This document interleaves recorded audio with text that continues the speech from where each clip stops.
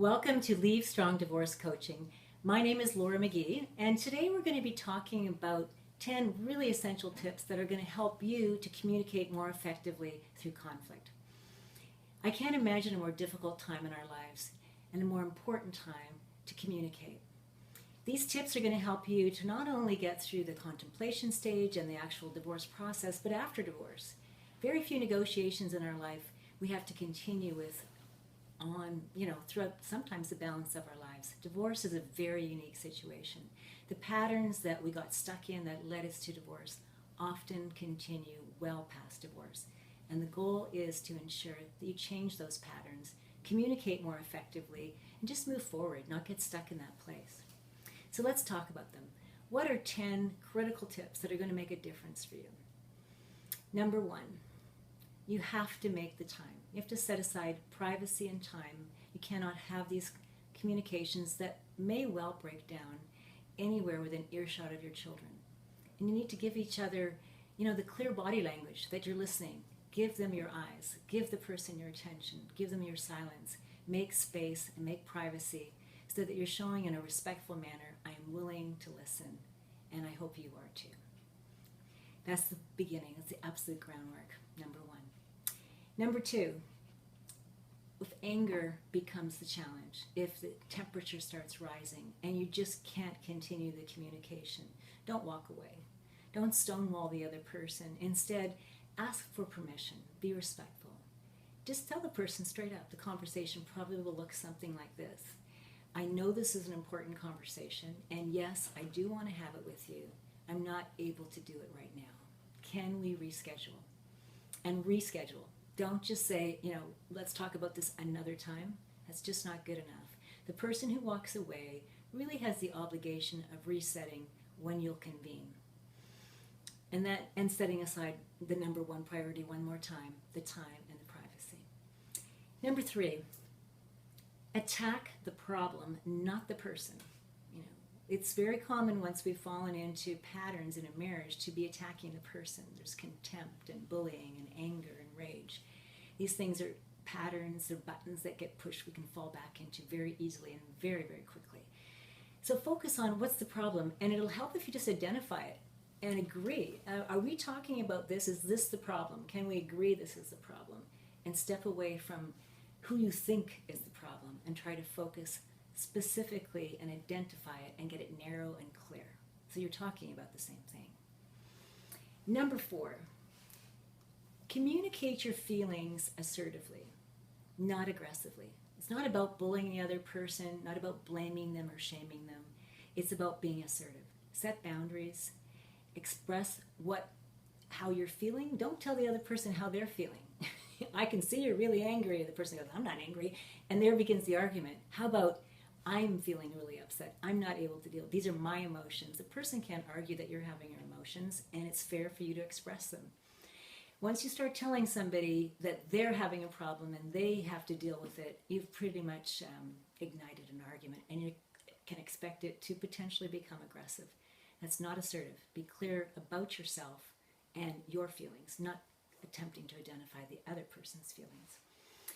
Number five, focus on the issue and not the position. And I know that sounds a bit like fancy talk, but there is a difference.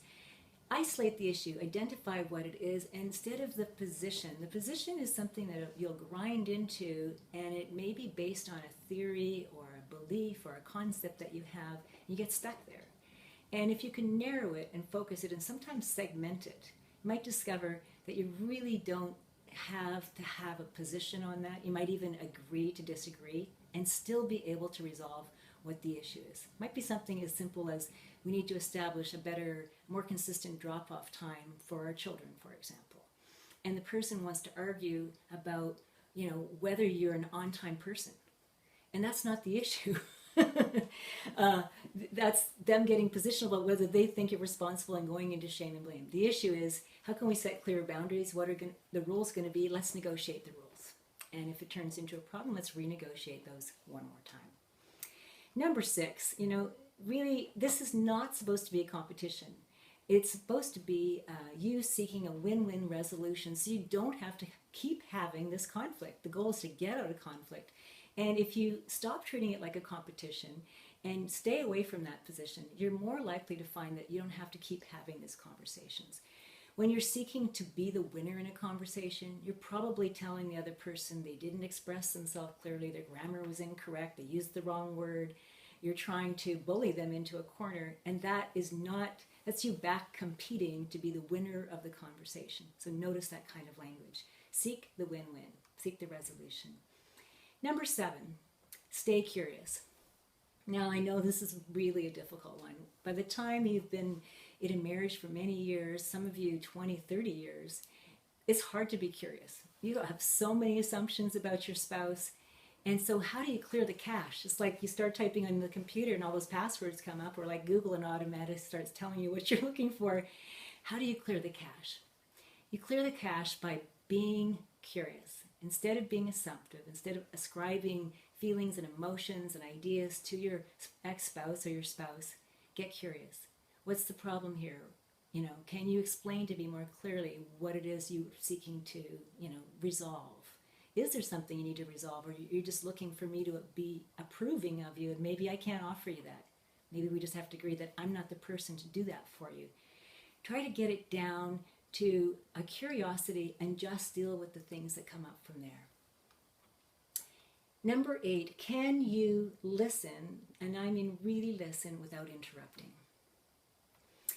One test of this is, can you summarize back what the person said to you? And by mirroring their conversation, you really can't go wrong. So for example, if somebody says, this huge long bit, you haven't interrupted them, and you say, well, it sounds to me like you're angry. You can't go wrong with that question, because they'll clarify if you're wrong. They'll either say, damn right I'm angry, and here's why, or they'll say, no, I'm not angry, you don't understand, and all you really need to say is, help me understand. Help me understand, get some clarity. So if you listen without interrupting and you learn to summarize back what you've heard, you're creating greater clarity, and the person really does feel that you're vesting in the conversation and hopefully feels heard, because that's the goal. Number 9, try to focus on the future. I mean, how many times have you been in an argument with your spouse, your ex-spouse, about something that happened, years ago, and a pattern is being ascribed? The goal is to stay future focused. What would you like to see happen in the future? How do you resolve the present problem so that you don't have to have this argument again in the future? You can't solve something that happened years ago. And if you give them permission to change and you tell them that they are a person of integrity and good intention, how do we solve this? And just make that deal. Crack open a whole new page for yourself. Stop going backwards. That's going to keep you out of a great deal of conflict. Number 10, don't forget to thank your spouse or your ex-spouse for having the courage and the integrity and really the willingness to sit down and have these very difficult conversations. These are difficult for everyone. And it's when you bring gratitude and a sense of thankfulness and a sense of respect to these conversations by closing the conversations with a simple act of gratitude. It's like leaving with a hug, saying goodbye with a handshake. It's about acknowledging that the other person is a person, and what they have to say is important, because they will always be a part of your life. Your children connect you. So close it up with some respect, so that the future conversations you have will begin with the kind of respect that you left with. If you want to learn more about how to communicate through conflict, please join me here at Leave Strong Divorce Coaching. It's been my pleasure to spend this time with you today. My name is Laura McGee, and thank you for joining me here at Leave Strong.